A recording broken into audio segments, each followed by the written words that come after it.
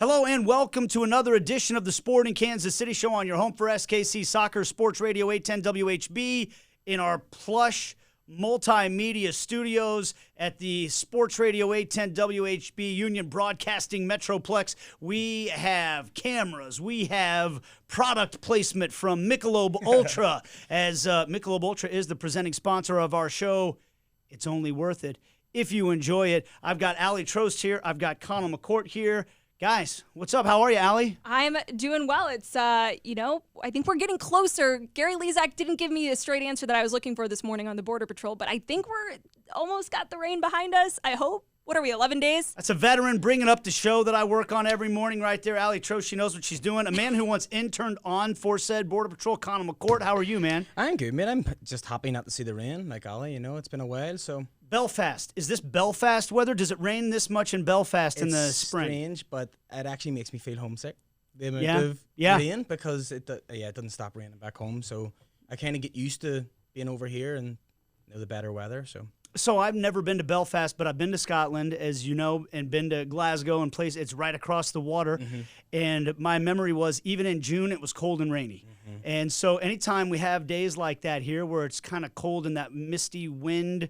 I always turn to my wife and go, this is Scotland weather right here. Right. Same thing in Belfast pretty much? Exact same, because, it's coming off the coast, the wind and stuff. Yeah. So, it's cold, but sure. And honestly, see when it gets to like 70 degrees, you get people walking about with their shirts off. And it's hilarious.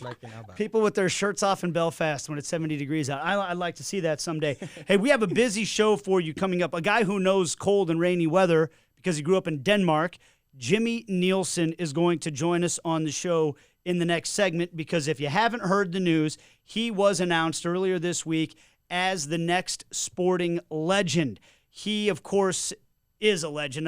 That's how you introduce him when you talk to me. This is a sporting legend right here. Jimmy Nielsen, one of the all-time great goalkeepers in MLS, and, of course, his run with 4 trophies in a short period of time with Sporting Kansas City. He is going to be inducted into the Wall of Honor, the Legends Wall, and he is going to, that's going to happen on June 23rd when Sporting Kansas City hosts the Colorado Rapids at Children's Mercy Park. So we're going to talk with Jimmy Nielsen. That's going to be a lot of fun. We're going to recap a 3-1 win over the San Jose Quakes this past weekend. We'll preview the next matchup, full capacity on Saturday night when Sporting takes on the Houston Dynamo in a rematch game. And we're going to talk a little U.S. men's national team as well, as the roster from Greg Berhalter just came out. Also, by the way, Alan Pulido being named to the Mexican national team for the Nations Cup as well. So we've got a lot of issues to talk about, guys. Let's jump right into it. Sporting Kansas City 3, San Jose Earthquakes 1. Connell, I'll start with you. Sporting fall behind early in the game, but after that point, they outscore the Earthquakes. They've grabbed 9 points from a trailing position already in 2021. What was your biggest takeaway from the game? Well, it shows character, the fact that they've came from behind. Obviously, a lot of times last season, we didn't really see that coming. So, obviously, it shows that they've progressed as a team. But the thing I took away from the game, that's a very good win. Out in San Jose, I don't think many people are going to go there this year and take 3 points off them. The difference, I thought, was quality, just in and around the box. We had Pulido, and they didn't really have anyone. Obviously, we had Shalvey playing very well. We had a lot of players chipping in, but San Jose had chances. Yeah, they did. Remember, just one springs to mind, Andy Rios, the header, and he just couldn't connect, and it went wide. Mm-hmm. So they did have their chances, but when the chances failed, the Sporting quality kind of shone through. Daniel's finish, Pulido's finish, and you pay this big money for these DPs, and this is why, because they provide that cutting edge that sometimes wins these games. That's a great point, because that's what was missing. That's why they went out and they spent on Alan Pulido, was for games like that where the chances are there. You got to put some of them away. His best finish might have been the one that got wiped out because of the offside flag, right? But just to back up your point, I do think Sporting had the better of the chances in the game, but Cade Cowell had a good chance, and it was a really good save by Melia, but, a more clinical finisher maybe puts it in the corner instead of toward the corner, right? Wondolowski had his opportunity, and you don't see him miss very often from that situation, but he did. So Sporting got the win. Allie, what did you take away from the game? I'm going to go opposite. The attack and just the way that the offense performed for Sporting was probably the best this season. That game shows you when you get the ball on Alan Polito's foot and you get him in dangerous positions time and time again, he's going to create. Jalen Lindsey's goal, we can't forget about that one. Just fantastic. Opens up his scoring, his score sheet in MLS. So congrats to young Jalen, because that was just a beautiful goal and a much needed one at that point in the game. And so the defense for me, I'll admit I was a little worried about that back line with Caverad, Ilie Sanchez anchoring the middle of that back line. Hadn't really, seen much of Ilie in that role yet. Kind of had a lot of question marks. How is this back line that we were not? This is not a back line I would have ever put together for you. I can tell you that much. How is it going to look? And it exceeded my expectations. May have been Jalen Lindsey's best performance of his young career. Caverad, Ilie Sanchez was conducting a symphony back there. He was keeping things so organized, and just I thought the entire defense, while San Jose did have some really good quality chances and maybe Sporting did get a little lucky at times, sometimes you just got to, make sure that you capitalize on when you do get lucky, and they didn't give away any soft chances, which I think is the biggest thing when you want to put teams away. They finished in the attack, and then they didn't concede any soft chances outside of, just some miscommunication perhaps on that early set piece goal that they had off the corner kick, which was just a really well-executed play by San Jose. I just tip my cap on that one. Yeah, Absolutely. Straight off the training ground, like you could see. Yeah. And then the more I watched it back, you could see they were always planning it. They were leaving him isolated out, letting everybody else push in, and it worked well. It was a great finish too, wasn't it? Yeah. So I think those are both great shouts, and I would let's underscore for Jalen Lindsey what a moment that is. To get your first professional goal. Took it well too, didn't Oh he? man, I mean, that's not an easy goal, by the way. Like that's one that by all accounts, like, you got to score those, and you do have to score those, but it doesn't mean it's any easier to do it. And he just made it. You saw that confidence that he has continued to develop over the last couple of seasons, and that was just a fantastic moment. Well, what led to it, the work by Alan Polito, he had just lost the ball. And sometimes you will see high-priced strikers lose the ball and put their head down and loaf and walk and let the rest of the team do the work to win it back for him and then try to get himself in a position to score again. He lost the ball and he immediately went to work to get it back. He got it back and just made a beautiful pass. I mean, it was just a peach of a ball. But to back up your point about the difficulty of the finish, that might have been the most clinical out of all of them, because he's going full speed at a 30-yard run with Cade Cowell on his back. Cade Cowell right on his back and a goalkeeper closing him down. The presence of mind to take a touch, the calmness to take a touch. A lot of guys will snatch at that opportunity right away inside the penalty area, and he didn't do it. And then he went out and he backed it up with a good defensive performance throughout the course of the game as well. So I do want to make that point. And Cave Rod coming in, not having worked with Ilie as a starter in a real game, to be able to do what he did, I thought was impressive as well. For me, I think one of the things that stood out in this game was something, Jacob and I were talking before the broadcast about how you have to be able to attack San Jose. And I do think that one of the beautiful things about the sport of soccer is if you're going to go out and have a really good season, you have to be able to win against different teams and different styles. Some teams are going to come in, hey, can you win on a rainy night in Stoke, as the old line goes? Can you go win in an away game where the other team parks the bus in front of you? Can you go win a game where they're just kicking the heck out of you and maybe trying to CONCACAF things up a little bit? Then can you go win a game in San Jose when they play like nobody else? Do you guys remember there was a point in the game where Jacob and I were talking about the fact that Alan Polito checked all the way back into the defensive half of Sporting Kansas City to receive the ball, and the center back, Florian Youngworth, had gone all the way 70 yards up the field. He's right in his back pocket, and that's the way they play. And one of the ways that Sporting, the teams that beat them earlier this season, they did it in a different way than Sporting. They did it by bunkering in a little bit more, getting San Jose to come forward, and then hitting them on the counterattack. And we wondered if we might see that from Sporting a little bit. And instead, what we saw was the other way. I have an extensive basketball background in my life, so I equate a lot of things to basketball. But sometimes when you play pressure, if you think you have the athletes, some teams when you're getting pressed, well, we don't have as good athletes as them. We got to slow the game down and take the air out of the ball. But when you think you got the horses to run, you say, yeah, go ahead and press us, and we'll run you out of the gym, and we'll put up 150 points on you. And it seemed to me like Sporting said, okay, go ahead and press us. Good luck trying to stay in front of Gadi Kinda. Yep. Good luck trying to stay in front of Gianluca Busio. These guys were turning their defenders, and they were – how many times did you see one of those guys making a 40-yard run with the ball at their foot? Because once they got past their man – that was They it. had it was space to acres go. of space, right? And they went after it. And that was credit to Jalen as well, because obviously, look, they obviously go over the game plan for every different game, and they know that San Jose play man-to-man. So obviously, Pulido wins the ball back, and Jalen's thinking, he's not following me all the way back. I have a 2-second runner. Yeah. And credit to him, he made the run. Pulido finds him, and Cade Cowell's kind of left in the shadows. It's just, it's presence of mind, and it shows his maturity and willingness to stick to the game plan. And as you're right, Sporting kind of done a job on them, kind of let them, suck them in, and then, we'll run you out of the gym and we'll get the ball to our good players and then around the box, and it worked. Well, and that's, a credit to Sporting's players as well, because they were covering so much ground. I mean, Jacob talked about it before the game, that what was going to be really important for Sporting in that match was to match them physically and with the same intensity, and that is exactly what they did. I don't think you can overstate just how crucial Alan Pulido is when he is on the field, and not just for what he does in and around the box. Obviously, that's great. But the way that he creates and the way that he works is something that you don't see with other number 9s across this league. Like you said, the play that set up Jalen Lindsey's goal came as a result of Alan Pulido working really hard and doing things that typical number 9s just do not do. And Gianluca Busio, while he may not be popping up on the stat sheet playing at the 6 game after game, He was everywhere. is everywhere. And I think what we're starting to see as this team, we've seen different lineups for a variety of reasons, whether it's injury, load management.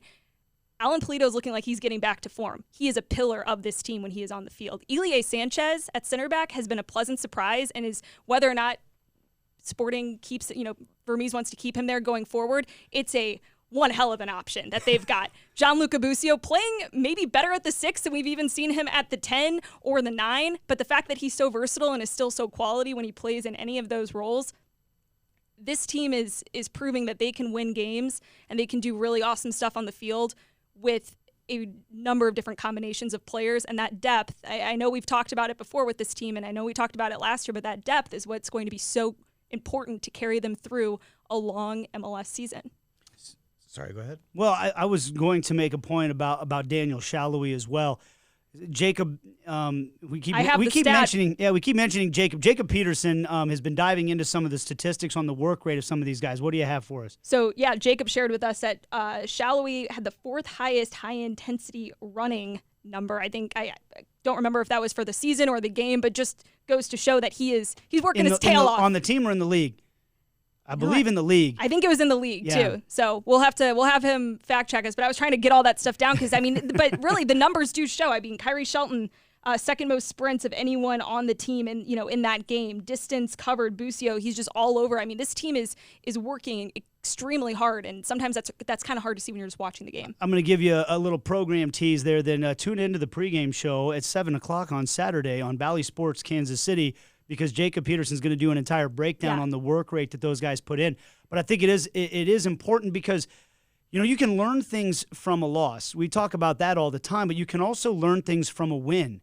And there are certain guys that are putting out performances that maybe we haven't seen before. We've heard the phrase over and over again that Gianluca Busio's taken his game not just up one level, but maybe 3 or 4 levels. And Graham Zusi's one of the many people that has said that to us. Obviously, the production by Daniel Shallowy is through the roof compared to what we've seen the last 2 years when he was stuck in a malaise. Andre Fontas is doing things on the field right now that we hadn't seen him do yet in a Sporting shirt, even though he didn't play in this last game. And so I think it's instructive. Okay, well, why? What are these guys doing? And when you hear that from Daniel Shallowy, Peter Vermes has been telling us his off-the-ball movement has been spectacular so far this year. I don't, in my mind's eye, think of Daniel Shallowy as this guy making these lung-busting runs up and down the field, because he's kind of got this lanky, fluid, striding, motion about him. Sort of lethargic. Yeah, sort of that's what it look, looks like, right? And sometimes your eyes can be deceiving. Same thing with Busio. Busio sometimes gets accused of floating through a game, and then you see the numbers and go, he's covering more ground than just about anybody in the league right now. And how many times was he tracking into the penalty area to make blocks or intercept passes in this game? That also impressed me. When I was talking about, the defensive performance, they did a number of times, whether it was Ilie or Busio. everyone tracking back, defending hard, and intercepting what could have been, and those are the worst goals that happen, right? Like when the ball just kind of gets lobbed in and it takes a weird bounce and just it falls to the last person secondary break, and the last person's foot that you want it to be on, and they just kind of slot it in. And I feel like those are sometimes goals that we've seen Sporting, they get caught in those bad moments. Vermees will talk about, the elementary kind of routine type goals that you just cannot let up. And I thought they were so solid, even though San Jose had chances and Sporting may have gotten lucky on a few of those. I think overall the defensive effort and just the organization was fantastic. Absolutely. I mean, it'll be interesting going into this week to Houston to see what they bring from the San Jose game, because obviously, look, the Houston game, the last one, Sporting weren't great. It was one of those games that just didn't go their way. Kind of was the opposite against San Jose. Not everything went right, but they were all working for each other. I mean, they were getting the ball in around the area to the players that can difference makers, and they got the rub of the green. So it'll be interesting to see what they bring into this game. So I think it's interesting what you said about not playing great against Houston, because I have maybe a hot take on that we'll get to when we break down the Houston game coming up in just a little bit. But we're going to take a break right now, because coming up on the show next, Sporting legend Jimmy Nielsen will join us. We are off and running on the Sporting Kansas City show and on multiple platforms, on Facebook, on YouTube. Go to the 810 WHB website. Go to the radio station, podcast, anywhere you download your podcast. We're everywhere. Yeah, it should not be hard to find this show, and if it is, please tweet me at Allie Trost, because I will help you find it and make sure that you have everywhere that you listen, you've got the Sporting KC show available. We'll be back after this, presented by Michelob Ultra.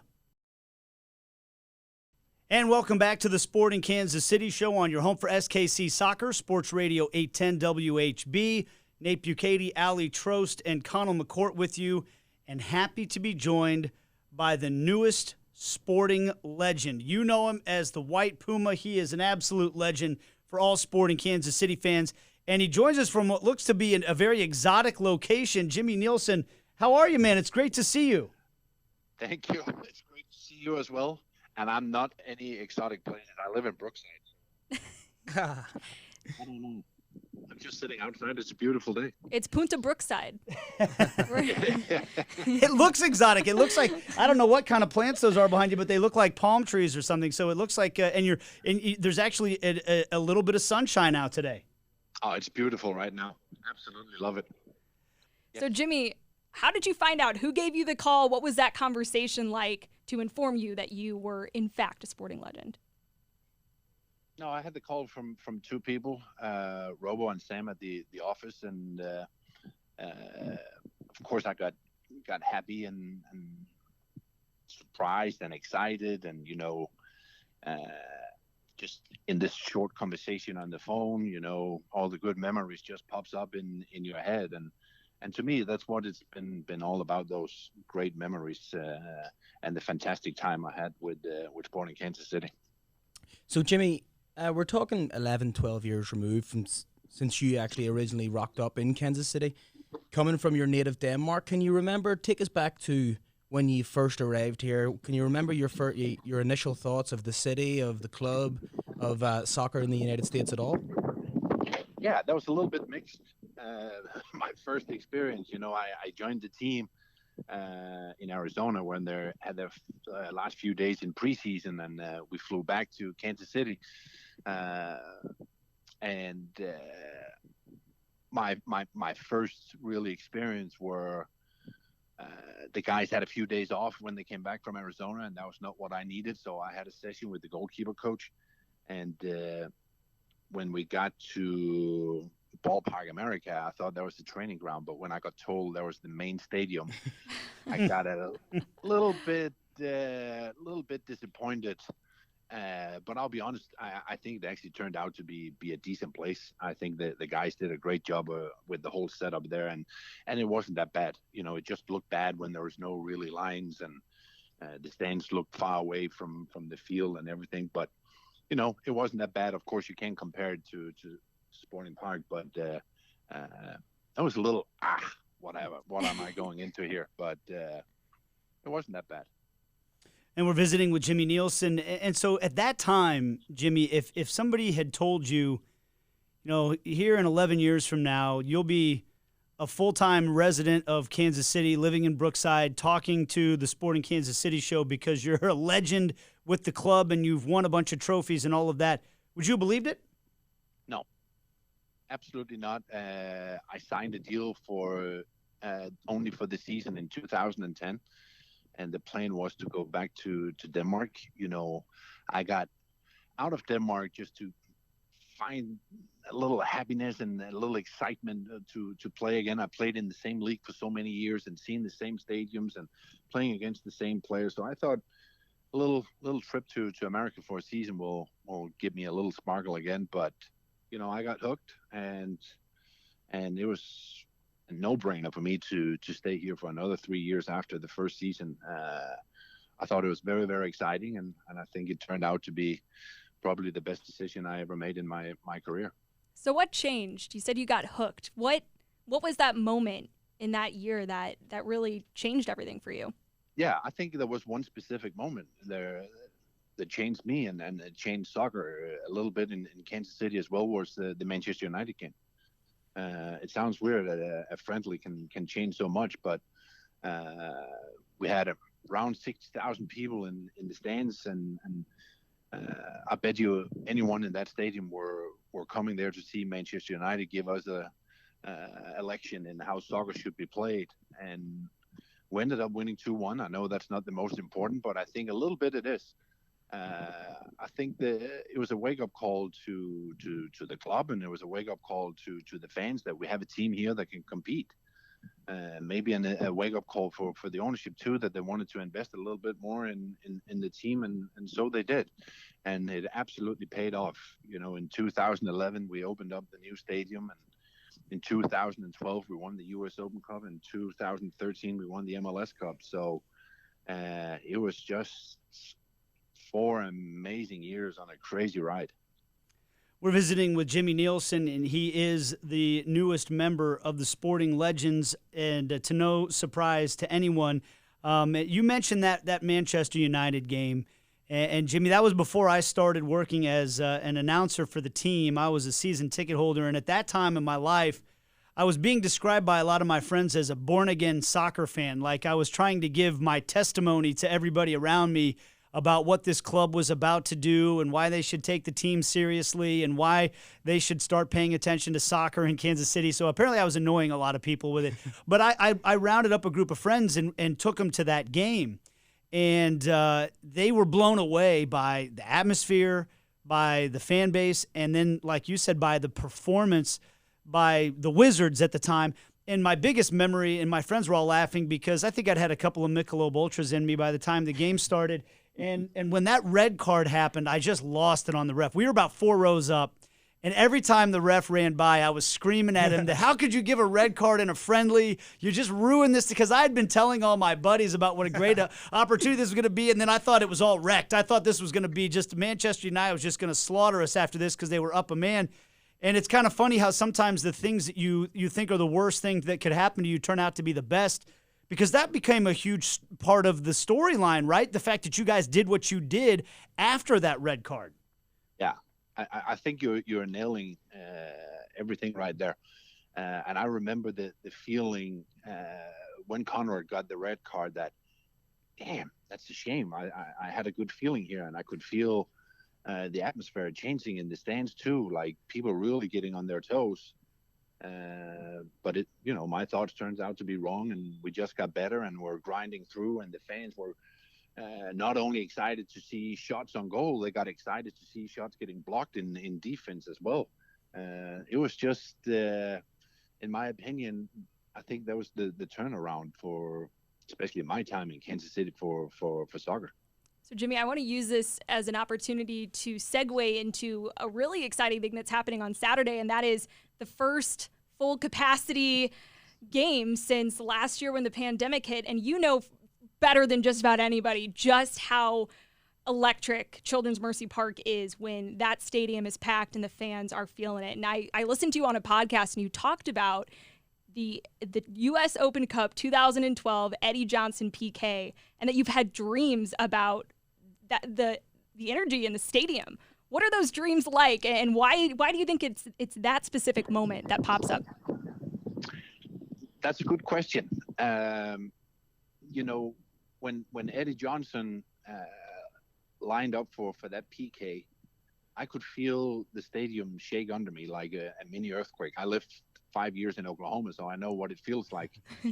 and that specific moment, you know, the states just before you go to sleep, where you're not full asleep, but you're almost there, and you wake up with a little pop in the body, and that moment's unfortunately not enough, but once in a while pops up in me, and it's absolutely amazing feeling. And back to your point with full capacity, from my own point of view, I never played soccer just for myself. You know, I played because I thought it was fun, and I think that the fans are everything. You know, they're creating the atmosphere in the stadium. They're bringing the intensity, and you win with them, you lose with them, you go through ups and downs all the time. And I'll be quite honest, I have found it extremely boring just to even watch it on TV with no fans in the stands. So Yep. again, I'll be honest with you, I'm happy I wasn't a soccer player during that year with no fans in the stands. So for me as a soccer fan from the outside, I'm super excited for the full capacity again. With all that said in mind, I completely understand you have to be safe and not risk anything. So I'm not saying it's wrong that there have not been any fans, but soccer should be played with fans in the stands. You know, they give and bring everything. And just piggybacking on that, Jimmy, you remember obviously the night in 2013 when you guys, I would assume, would be the pinnacle of your Sporting Kansas City career when you guys eventually won MLS Cup. Can you remember everything from that night? How cold it was, how the fans made you feel, how the trophy felt, how your ribs felt? Oh yeah, how your ribs felt as well. Could you take us back to then, sort of explain how that was? I can, and I don't think I can swear on the radio, so I got to be careful with the words that I'm using.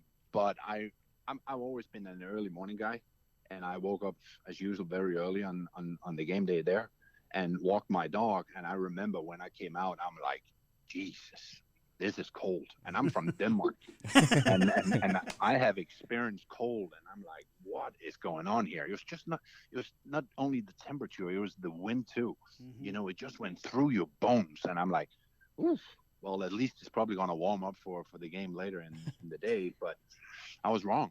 It felt like it just got worse. And when I came to the stadium, I'll admit I got a little bit disappointed. We're coming in, you know, from the parking lot there in the corner and walking behind the goal. And I just stepped in on the field, and it was like concrete. And I'm like, that's not a good combination with my bad ribs, this concrete here. And I was like, that's going to be a long afternoon here. And, you know, warm up, I warmed up for 10-15 minutes, then I had to leave the field. I didn't want to take any chances or risk and diving around on the concrete. And you get out there in the game and kind of hope you can forget about it a little bit, but it was cold. And every time someone asked me the question, how was the final, it was the first thing that pops to my mind was the weather. It was not lifting the trophy or the final PK hitting the crossbar. It was the temperature. Honestly, it's the coldest that I have experienced in my lifetime, and that just happened to be on the day. But yes, the feeling of lifting the trophy and kissing the trophy and painting the wall, that's still, of course, very clear in my mind, and some fantastic memories to have. And I'm not any expert on and super active on the social medias, but once in a while, when those memories pops up on your Facebook, like 5 years ago or 10 years ago or whatever, and I get a reminder from that final, that's just an amazing feeling. Well, Jimmy, I have to say that it's a little disappointing to hear you say that you're glad you didn't play last year with no fans, because I was about to invite you to play in my over 30 league team. We need a goalkeeper, but something tells me you'd find that a little boring right now. So here's what, since I was diving on the last PK in 2013, I have not kissed the ground since. That's, you know, just over for me. I'm not going to play in any fun league or old man's league. I know I'm old now, so it's just over for me. I I had my time, and I enjoy watching other teams now and other players now, and enjoying my own life as well. It's that I think you're making a smart decision. By the way, in that Nate has regard. been advised to Oh, do the yeah. same, and he has not taken that advice. I never got to play in front of anybody, so I don't know how cool it would be. You know, luckily I don't have the frame of reference. I'm used to playing in front of no one, so so I'm just going to do it as long as I can. Hey, Jimmy, so let's talk real quick about the current team because the goalkeepers are a big storyline this year as well. Tim Melia continues to set records since he's come back from his injury. But I want to ask you about the young guy that played while Timmy was out in John Pulskamp. You've been obviously very active with the club and watching all these guys. He is so young, just at the beginning of his career. He got thrown into some tough situations early. What did you make of his performance, and what can you tell us about your perspective on him? I'm going to make it very clear. I'm not going to talk so much about the games. The thing that impressed me the most were when I was out there watching a training session. The eager and the hunger and the commitment he had on the field, and the passion that he was bringing into it, that was very, very impressive. And I remember I asked Peter Vermees afterwards, was that just today, or is he always like that? And he's always like that. Mm-hmm. And this kid has a very, very bright future if he continue his development. And I know he's in very good hands. So I couldn't see why he shouldn't. No, very, very, very eager to get better. And every time he crossed that white line, he has a mission that he wants to get better. And I think the goalkeeping future are in very, very good hands for SKC right now. Yeah, the future looks bright. Sporting obviously has a long history of stellar goalkeepers, and Peter Vermees recently told the media, I believe this was over a press conference, but when he was asked about Melia, and you were brought up a few times, you told Peter Vermees to sign Tim Melia right away. What did you see in him in those early days and years where that potential, which he has most certainly lived up to and exceeded, what did you see? Well, Harry Savagny called me if I was currently coaching in Oklahoma City at that point. If we had time or room to bring in a goalkeeper to look at for Sporting Kansas City, and he was planned to be there for a week. And he trained with the goalkeeper coach, and he trained with the team the first day, and the same thing the second day. But the third day, I told the goalkeeper coach that I'm going to take a session with him after the team session. And I told him, you can go home now. You don't have to stay here for another week, for another 4 or 5 days. I've seen what I need to see, and I'm going to give Carrie and Peter a call and give them my opinion. And of course, it's very, very positive. And I gave them a call, and I just showed them straight. I said, if you're not going to sign this guy, I'm going to sign him here in Oklahoma City. And I just saw a little bit what we spoke about before with Pulskamp, the hunger and the eager, and for him at that point not played many games, just been bouncing around from team to team. I thought he carried himself well. He had a good presence. He was technically good in the goal, positioned himself well in the goal. All he needed was just an opportunity to play games, to keep growing and continue his development. In training, you can develop yourself to a certain point, but you need the games to really climb the ladder. And I think when he got the opportunity, he was just keep climbing and climbing. Turns out he's pretty good at PKs too, huh? Yeah, he's not bad. Well, Jimmy, that's interesting you say that, because Pulskamp and Melia, they kind of strike me as two different type of characters. Obviously, as you alluded to, Pulskamp is a bit more animated, and you can see his passion, whereas Timmy's more subdued and kind of cool as a cucumber at all times. What kind of goalkeeper were you at the very start when you'd obviously growing up? You'd seen other Danish goalkeepers, Peter Schmeichel and stuff coming through. He was obviously very animated. What kind of goalkeeper were you? Were you more like Pulskamp or more like Melia? Well, I think a little bit of both. I think it's very natural to be where Pulskamp is now in his age. And the older you get and the more experience you get, you get some tools, you get to know yourself and figure out what works for you. And you're just grinding in a different way. You know exactly what you need. You know exactly what works for you. I'm not saying you're slowing down the pace. You're just doing it in a different way. The way you're managing yourself during a week becomes a little bit different too. When you're regular number one goalkeeper, you're the number two goalkeeper. Well, Jimmy, I'll tell you what, we're thrilled to get to share this excitement with you a little bit. I'll let everybody know again that the ceremony in which we will see Jimmy Nielsen's name go up on that wall with the sporting legends will take place when Sporting KC hosts the Colorado Rapids on June 23rd at Children's Mercy Park. You can get tickets for that match at SeatGeek.com. We want to make sure we have a packed house to celebrate Jimmy Nielsen when that happens and watch a great game against the Western Conference rival as well. Jimmy, congratulations. Thank you so much for the time. We really appreciate it.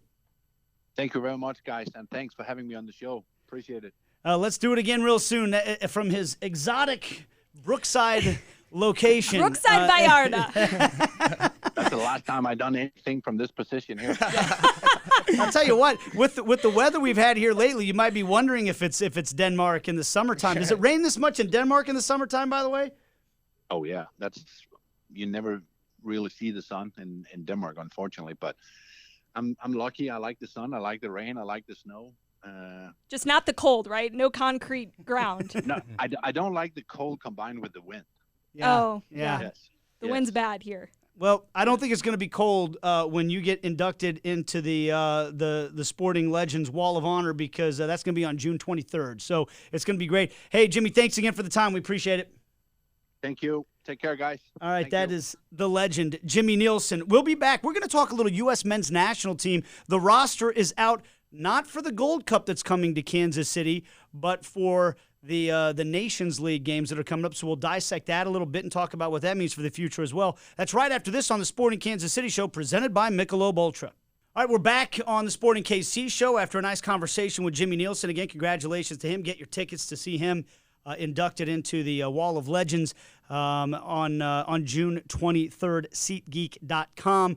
Now, guys, before we get into the Houston game coming up in a minute, Greg Berhalter announces his 23-man roster for not the Gold Cup. That's going to be almost probably completely different roster, honestly, than the one that we're seeing maybe outside of the Goalkeepers for this Nations League 4-team competition. Couple of matches coming up in early June. And I saw a tweet from our buddy Sean Goodwin from the Kansas City Star, as it's almost an exclusively European roster, which you can understand. We've talked a lot about all the great young European players out there, or American players playing in Europe. There's a couple of Americans, though. One, Kellen Acosta, who will be coming to town to face Jimmy Nielsen. Actually, I beg your pardon. I'm with Colorado Rapids. Yeah. And then Jackson Ewell, who Sporting Kansas City just played. And Sean Goodwin said, did we not just see how much better Gianluca Busio is than Jackson Ewell in this last game? Is that a hot take? Should Gianluca Busio, because we were talking about he got snubbed with the U23s. Now we're talking about U.S. men's national team. Is he already in consideration for that with the way he's performing right now? You would think so. And that's kind of where I do, kind of have to catch myself at times. I'm like, are we seeing something that other people aren't seeing? Is it just... The answer is yes, by the way, but go ahead. No, but is there a sporting... Well, yeah, I mean, obviously we think very differently of Gianluca Busio than what, his... the U.S. national team thinks of him and not maybe what they think of him, but what they're showing that they think of him by not, including him in these games and in these competitions. But come on, I don't get it. I really don't. I'm sorry. I think Gianluca Busio's streets ahead of Jackson Ewell. I mean, and Jackson Ewell's a good player, and I know not just based on that game that was just played, but I mean, you're looking at he's putting up some of the best performances in the league, not just for Sporting. And now Elie, who's been consistent for the past few years, there's now a possibility that Elie can't even get into the team in midfield because Busio's playing so well at the 6. So I don't know. I mean, it's a bit of an overlook. I think it's probably good news for us personally because great news for Sporting. He's not going to be away playing everywhere else. He can be here, still playing his trade and still working on his game. And I think that's good for us. But it's kind of, I expected to see him in and around the team, honestly. All right, so here I go being the contrarian because I've been, it's been said now that my man crush has gone from Beasler to Busio, just like that. I'm a floozy when it comes to these things. So I'll bring it back home a little bit here. I just think that it's too soon for Busio right now. Now, I think it's outrageous that he didn't get called into the Olympic team, and I think that was borne out. It was silly. It was silly. And an oversight by some arrogance, to be honest with you, in my opinion, by the U.S. U23s to not call him in. He has not played at this level before. I do believe what Graham Zusi and Peter Vermees has said, that he has taken it up a few notches this year. I think we saw glimpses of it up until this point. I think for his age, he's been above and beyond. For the last 3 years, he's done incredible things. I don't think he was U.S. national team material at that time. Now, maybe U23s. I'm talking senior men's national team stuff. To then all of a sudden, on the span of 7 games, say, all right, boom, you're on the men's national team roster for Nations Cup with a bunch of European players. I can understand why they might hold off. Now, the Gold Cup coming up in June, I think that's a different story. That's going to be a very domestic-heavy roster, we think. Mm-hmm. Those are going to be guys that Berhalter is probably looking at to see, are they ready to take the next step to Europe? Are they ready to take a step onto the senior men's national team? I think that's a perfect spot for Gianluca Busio. Hello, right here in Kansas City as well. If he's not getting sniff for that and he's continuing to play the way he is right now, I'll throw a fit then. I'm not ready to throw a fit yet that he's not on this team. If you ask me straight up who's better, I'll take him over Acosta and Ewell right now. Well, but I understand those two guys have experience. They've worked their way up to that point. I understand why they're getting the nod right now. But that's my one counterpoint, is that on this 23-man roster that they just put out, the one position group that does have the most MLS representation, and the other two have none, is the midfield. It's the offense and the defense that it's all European, and so I guess that's when you're obviously going to compare Busio to the names that are on that list. Sure. And this list would suggest that he is fourth, if not lower, down the line. I understand, and I agree. Like I said, I think he's better than both those guys. I think Ewell, though, to defend him a little bit, he was one of the few bright spots in the CONCACAF qualifying when they failed. He was one of the only guys that stepped up, had a huge goal in that game against Honduras. So I'm okay with it for now. But I want to see. So the squad he was left out of, the one you were saying, the Olympics or the honor, because look, I don't watch the U.S. national team as much as you guys do.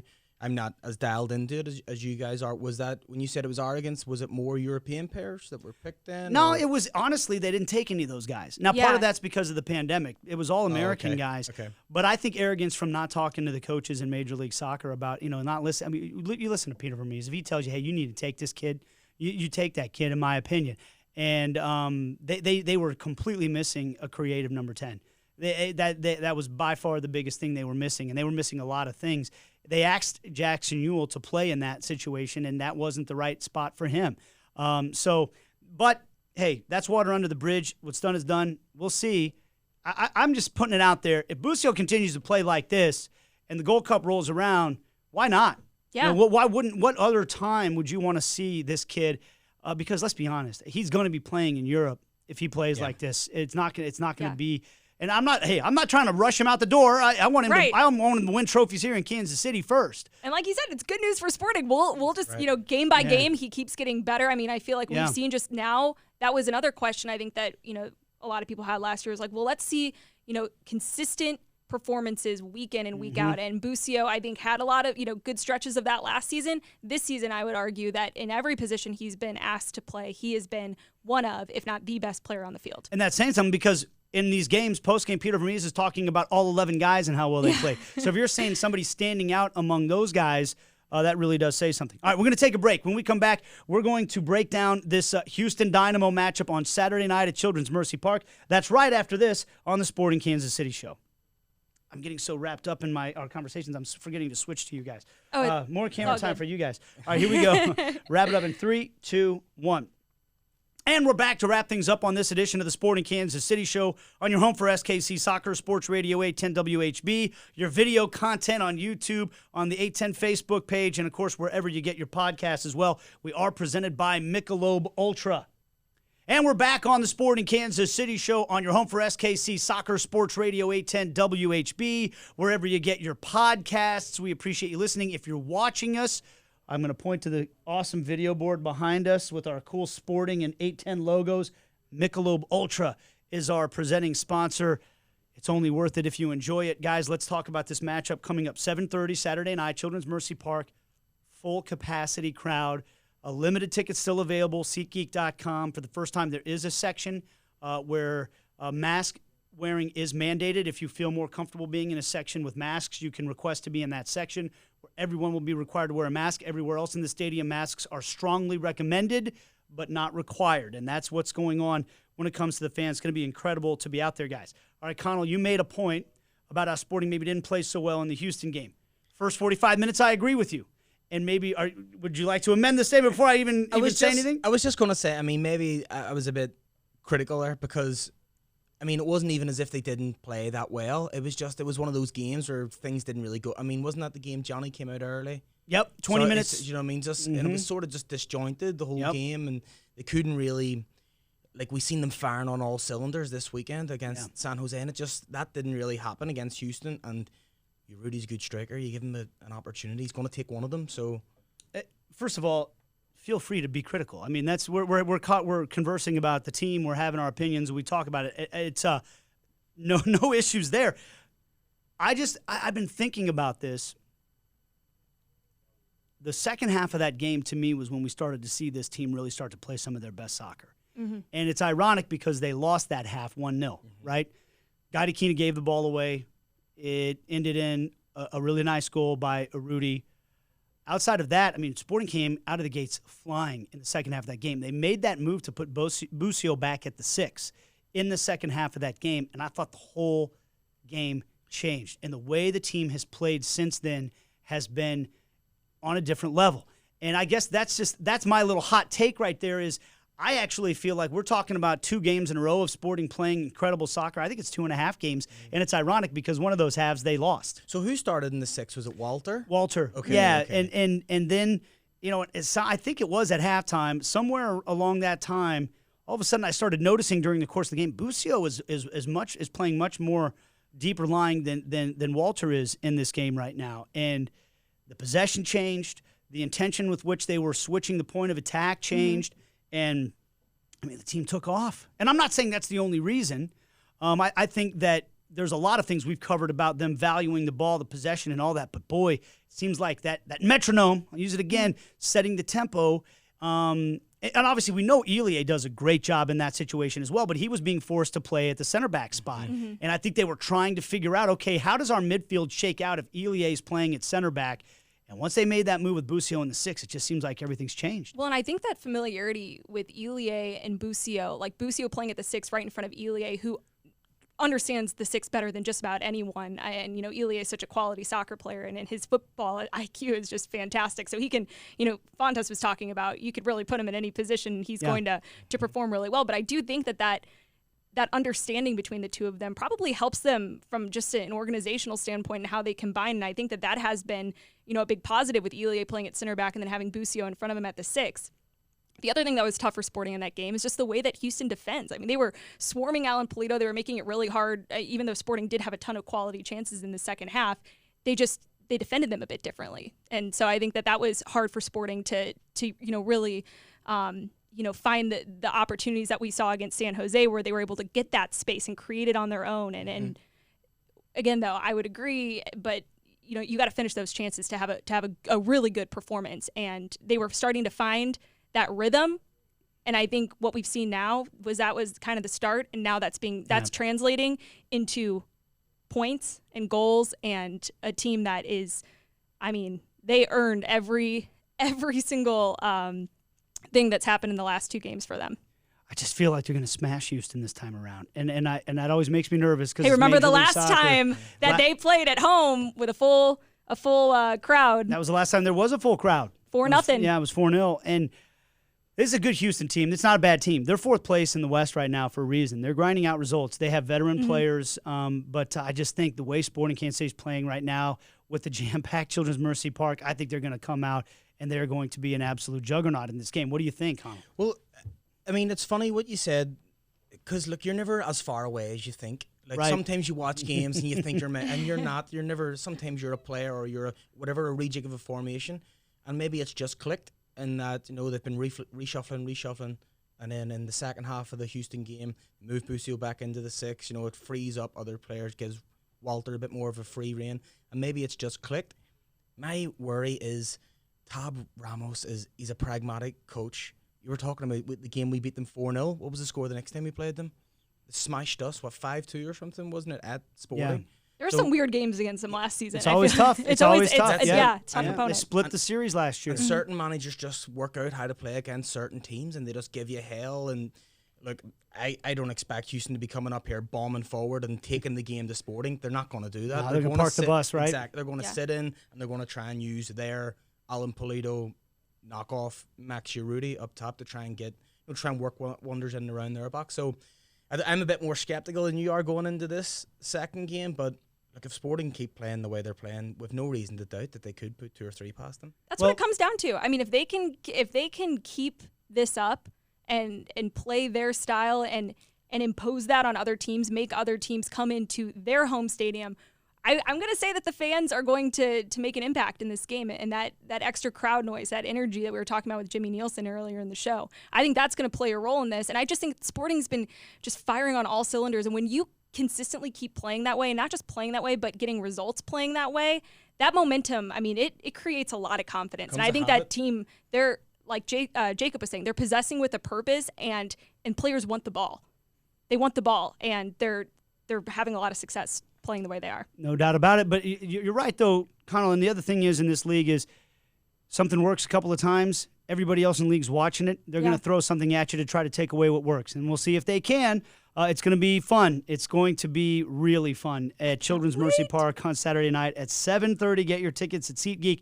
Watch us on Bally Sports Kansas City and listen to us right here on Sports Radio 810 WHB. That's going to do it for us on this edition of the Sporting Kansas City Show. Our thanks to Jimmy Nielsen for joining us, and our thanks to Michelob Ultra for making it all possible. For Ali Trost and Connell McCourt, this is Nate Bukaty saying thanks for listening, and we'll see you Saturday night.